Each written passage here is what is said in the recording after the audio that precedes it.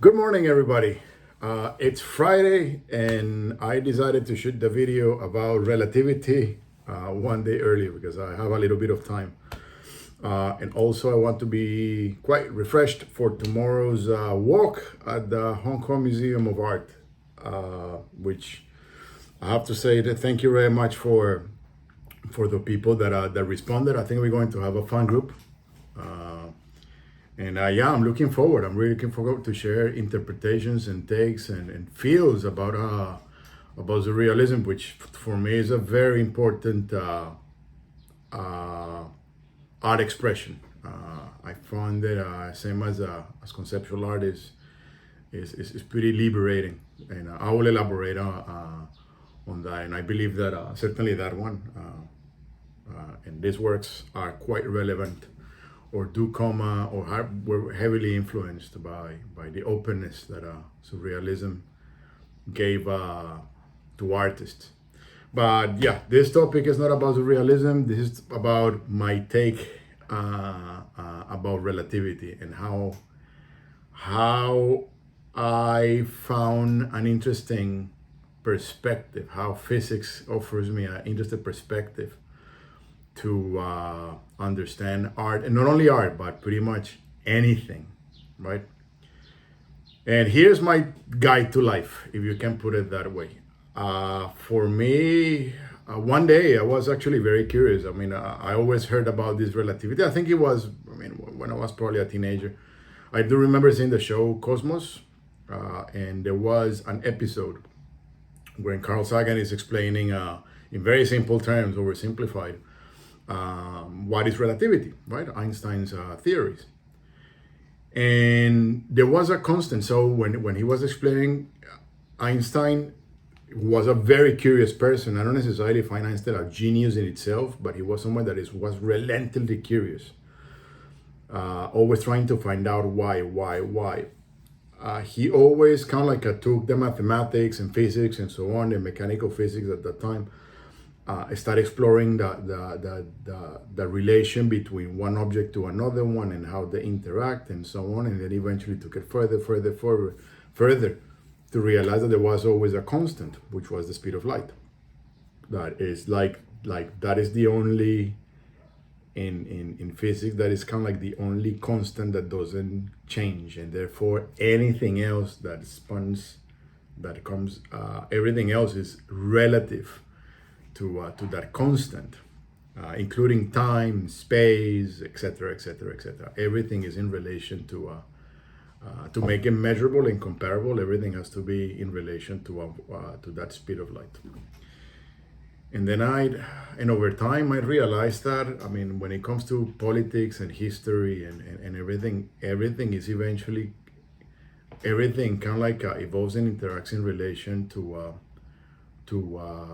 to something else, either to its past or even to an unexpected future outcome, or much easier to something that is happening somewhere else, including history, including art. And that actually kept me thinking. So I decided to start like really looking into the theories of Einstein. So he wrote too the special general relativity, which is a little bit more linear. He only looks at oh, this is my take. My take of special relativity is a bit more simple. It's about like the effect that you have over a particular observation, and where a general is the relation of that particular observation relative to everything else. So he started widening it, uh, widening it up to start talking about space time and so on. Again, I'm not a physicist. That this is actually what I recall, and you might correct me. I mean, I don't necessarily study because I wanted to understand physics. I wanted to understand the philosophy of his thinking. So my facts might not be necessarily precise, but that is actually my take. General is about the relativity of my take is that is the relativity of everything over everything else. For example, and you start evaluating objects, like things not go down, things might actually go up related to the object that is going down. So actually that's offering you a totally different perspective. And I saw that artists were doing that are giving you these different perspectives. And for me, when you look at a groundbreaking work, which is Duchamp, Duchamp do offer that different perspective, like a how to or conceptual art in itself. Duchamp, because it's kind of like the person that really kind of like took that way of thinking, conceptual art, and put it mainstream. Yeah, okay. Again, Man Ray and so on. Yeah, but again, I'm just trying to oversimplify the explanation. I'm not giving an art class, a history of. I'm just trying to give you a super oversimplified explanation of my take. So, but taking Duchamp's and conceptual art, it really gave you a new perspective that everything can be interpreted in many ways, as long as you find a relation to something else. And you started with conceptual art. Minimalism is another movement that it really exemplifies relativity, because it tried to minimize, condense an understanding to a simple object, and the interpretation of that work comes to your personal relation, or your personal relation to that object. If it's like a line on the floor, you might feel it quite differently. And then you realize that actually when you realize that it's all about your relative interpretation, which comes from physics, because everything is relative to the speed of light, and therefore everything is relative to the object, your perception that you have. You realize that reality in itself is not necessarily absolute. It's more like an average of interpretations that could happen anywhere. And recently, I was having a conversation with a seasonal collector. We were discussing about what is happening currently with COVID, and what is interesting that you can see different art developments happening, how artists globally are responding to different developments in the world. Like Asians are responding in a certain way, whereas perhaps Latin American responding in a different way to the same effect.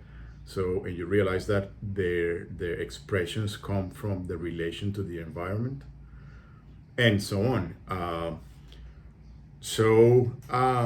And that actually what my benefit is that opened my eyes and my mind to multiple interpretations. So instead of and I do see that, for example, in today's world, where people kind of like jump very quickly into conclusions, and they start judging. Especially, I do see the people that take like very firm position to something that they quickly read on the newspapers, and then they start taking strong judging positions, and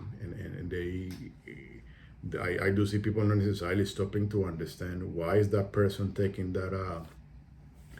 that view, or why is this situation, a social situation, happening, because it does come from somewhere. It might come from somewhere that you're not familiar with, but you need to understand it. And I can give you and this is that for me, the beauty of diversity, especially of people.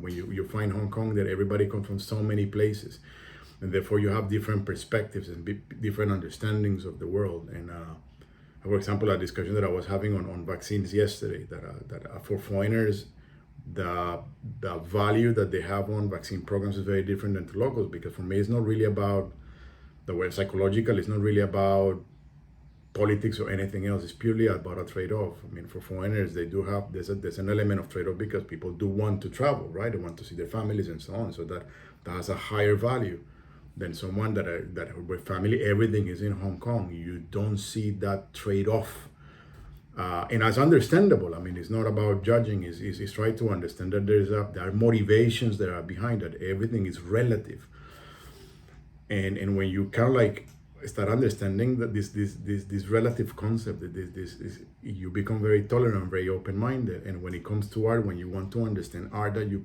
perhaps think is very difficult or very abstract, ask. My suggestion is go and ask, and try to look at the date when it was produced, what was happening during the period, and understand that it's not that the artist is not trying to decorate your house. The artist is trying to express something that is happening in his environment, or his or her environment. My apologies. So my suggestion is take a second, breathe, and try to understand the person's perspective, because that expression is relative to something else. So yeah, that is my take. Einstein, thank you very much. You took me into a nice into a nice, beautiful journey. And if anybody's interested, I know that, I mean, his books are super heavy with mathematics and extremely heavy concepts, but the books are relatively easy to read. But yeah, it might be heavy for someone that is not necessarily familiar with physics. But my starting point, I really suggest to watch the Carl Sagan Cosmos series. I think it's like episode 4 or 3. Please, you might correct me in the comments. Which is about the one that he explains the theory of relativity. They are free in YouTube. And again, approach them with an open mind, not about like you're going to question or to challenge what the video is saying from our limited understanding, because we do have a limited understanding. Is try to keep an open mind. They said like, okay, this person is explaining, or even Carl Sagan is explaining this from a particular point of view. You try to understand the point of view. And again, my approach to life to anybody, when you see an artwork, even when you're having an opinion or an argument with someone, always try to understand their point of view, because they might come from somewhere that somewhere might have value, might have an interior perspective that you can actually find it useful, and you can actually, hey, this is pretty interesting, and you can actually leverage on that and produce something productive.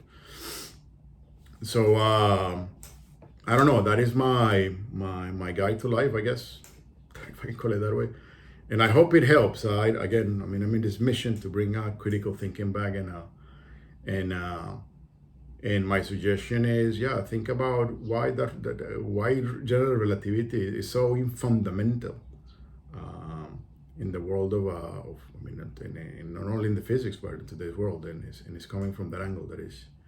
That is what it offers you, is the tolerance to be open to multiple perspectives. Okay, so that's all. This is my series of big questions. I hope people do find it interesting. I mean, I do see a lot of people do shoot me a lot of videos, comments on privately, so I really appreciate that, and I try to be as open-minded and frank. I never argue the person. I perhaps debate the concept, but never the person. That's my approach. I'm always seeking the truth. I mean, the truth is not absolute; it's relative. That's the reason why I'm always seeking. So and for those tomorrow, guys, see you 3 p.m. Hong Kong time at Hong Kong Museum of Art. We do our little talk on surrealism, and this is going to be interesting. I'm going to approach it the same way. I really want to hear your perspective, because you might have a very valuable, even if you're not familiar with art. Again, it's your interpretation.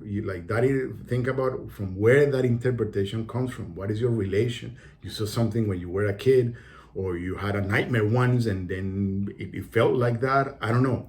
Feel about it, understand it, and then perhaps ask her. We're going to have a small group, so ask the other person and correlate, have a conversation, a very friendly conversation, and be curious and find correlations, find aspects that you might find useful. It's all about information sharing. So I hope you guys find it useful. And for those in Hong Kong that are coming tomorrow, see you tomorrow. Else, for everybody else, throw me a big question and I'll try to think about it. Okay, cheers. Bye.